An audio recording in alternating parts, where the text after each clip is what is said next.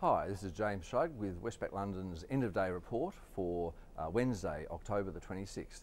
Look, it's about 20 past 7 in the evening in London, so after 8 o'clock in Belgium. The 17 Eurozone EU leaders are having their working dinner.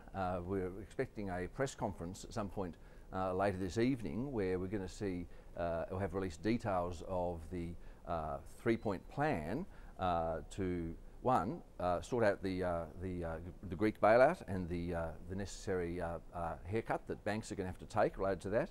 Two, the bank recapitalisation plan that's going to be needed because of the losses the banks are going to wear. And three, the leveraging up of the European Financial Stability Facility. At least that was what we were hoping for. The problem is we've been hearing over the last day or so, and certainly today, that the banks have really dug their heels in terms of the haircut they're going to have to wear on their Greek exposure, their Greek investments. The banks are arguing maybe 40%, but numbers as high as 60 or 70% are thought to be required by the officials. So that's apparently a source of ongoing impasse. Also, the details of the expanded EFSF won't be known now for another month or so. Apparently they're going to have to be worked on, and there's talk of another finance ministers summit, I think on November 7th, or at least at some point in November. Remember, this is just what I'm hearing at the moment. This could all be obsolete in an hour or two, but it doesn't look like we're going to see a particularly substantial degree of sort of progress revealed later on this evening. What we have just heard, though, is that China is prepared to invest in the EFSF, that is to buy the bonds of it or whatever, but is certainly prepared to be involved in the funding of that bailout fund. China, along with the other BRIC economies such as Brazil and India and so on, apparently have been invited, but so far we've heard, not confirmed, but heard from one press agency that China has said that they will participate in that. That's actually been quite well received by markets, and I'll get onto that in a minute. Other developments today, just on the economic data front, we've had some okay figures in the US with core capital goods orders, excluding defence and aeroplanes, up 2.4% in September. Shipments, however, of capital goods were down, so a bit of a mixed report there. New home sales rose almost 6% in the month of September. That's 6% from a very low level, of course, and compared to, say, the end of the recession, just over 2 years ago, new home sales are still down something like a further 18%. I mean, housing is going backwards in America during this recovery, and that, of course, is the one of the big problems in the recovery. But at least today, there was that rise in home sales. We had some earnings reports come out from, in Europe, Merck had a good one, the drug company. Boeing also beat analysts' expectations. On the negative side, we had Amazon say that missed their sales estimates, and also Ford have warned about their profit going ahead as well, related to concerns about the car market. And on the cars too, Peugeot Citroën announced, I think, of 6,000 job losses today, another sign that Europe is heading into recession.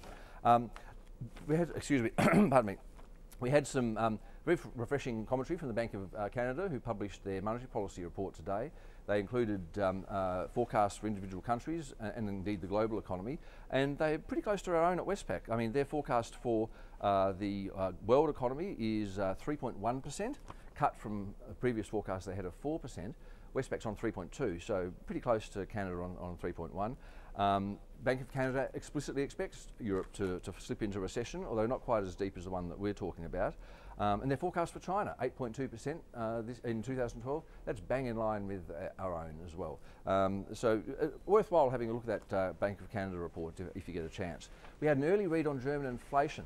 North Rhine-Westphalia reported a sharp drop in their inflation rate for the month of October. If that's mirrored in other states in Germany, and then in the German numbers, and then in the Euroland numbers, that could make it a little bit easier for the European Central Bank to cut interest rates soon, because they really need to, I can tell you. We had some disappointing industrial news from a survey in the UK as well. Given all of that, I'll run through markets as they stand. Europe's closed, of course, so there we've got the FTSE London up 0.5%. French market's down 0.2%. German market's down 0.5% today. And still trading, of course. Yeah, we've got another hour and a half to go in the US. The Dow is scooting higher. It's at 1.1%, up 1.1% at 11,837. The Chinese news I mentioned earlier just came out probably half an hour ago, and that's when most of the gains in the US market have been achieved today. Oh, we also have heard that just as someone yelled out to me, the details of the bank recapitalisation plan have been finalised. Okay, so at least one of the three has been sorted out apparently.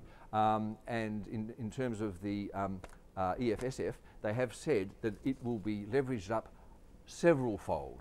Okay, so these are reports just coming out that have been whispered into my ear as I'm speaking to you. Okay, commodity markets. What have we got today? We've got. Oops, that's the wrong one. Here we go. We've got copper prices up 2.5%, and these are rising at the moment because of this positive sentiment related to that Chinese story. We've got gold up 1.3% today. It's at $1,722 an ounce. Oil is down though. It's down 2%. We're looking at $91.27 a barrel. The weekly inventory figures showed quite a run up, and so that's put a bit of downward pressure on the oil price. The Aussie dollar, it's at 1.04 against the US dollar. Was at 1.032 just an hour or two ago, but that Chinese story again is what's boosting the Aussie. So that's the Aussies regained some of the losses that it saw when we saw that weak inflation number yesterday, which has paved the way for a rate cut from the Reserve Bank as soon as next week. Just so you know, Westpac has formally brought forward our December rate cut call to November. The inflation environment is now much more benign. The Reserve Bank could probably have a forecast of 2.5% for inflation, core inflation next year, compared to the 3.25% forecast they had previously. That's a much more benign inflation environment, and what with all the global wobbles that we're concerned about, and indeed with the softness in many parts of the domestic economy in Australia, it really does make the case for a rate cut pretty compelling. Okay, I'll be back tomorrow, and we'll have more details of what Europe has not been able to decide. Okay, back then.